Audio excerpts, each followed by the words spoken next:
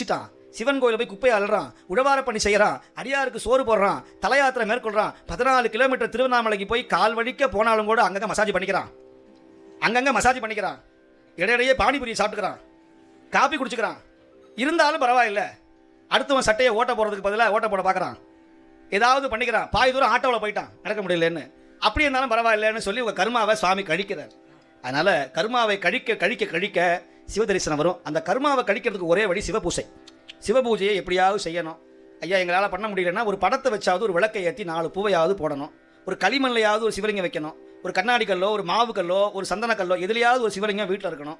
சிவலிங்கமே இல்லையா, ஒரு ருத்ராட்சத்தை வச்சு சிவலிங்கமாக பாவித்து வழிபாடு செய்யணும். அதெல்லாம் பண்ண முடியலையா, இது போன்ற வாதினங்களில் மடங்களில் பெரியவர்கள் சிவபூஜை பண்ணுற சிவபூஜை மாநாட்டில் போய் உட்காந்து அவங்க பண்ணுற பூஜையை கண்ணால் பார்க்கணும். இப்படி பார்த்தால் உங்களுடைய கர்மா கழியும், வினை கழியும் என்று. தருமி யார் அப்படின்னா ஒரு சிவாச்சாரியார், ஆதி சைவ மரபிலே தோன்றியவர். சிறுமலை